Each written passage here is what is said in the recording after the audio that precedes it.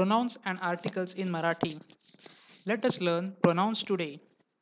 Below chart has the list. Pronoun in English I. Pronoun in Marathi is me. Pronoun in English we. Pronoun in Marathi is आम्ही. We, listener including, is आपण. You, singular, is तू.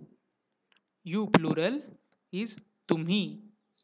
He or that, it's third person masculine singular, तो.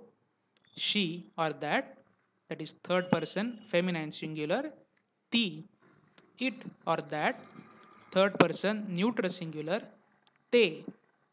They or those, that is third person plural for masculine, te. They, that is third person feminine plural, is त्या. They or those, that is third person neutral plural, is ती. This masculine gender ha. This feminine gender he.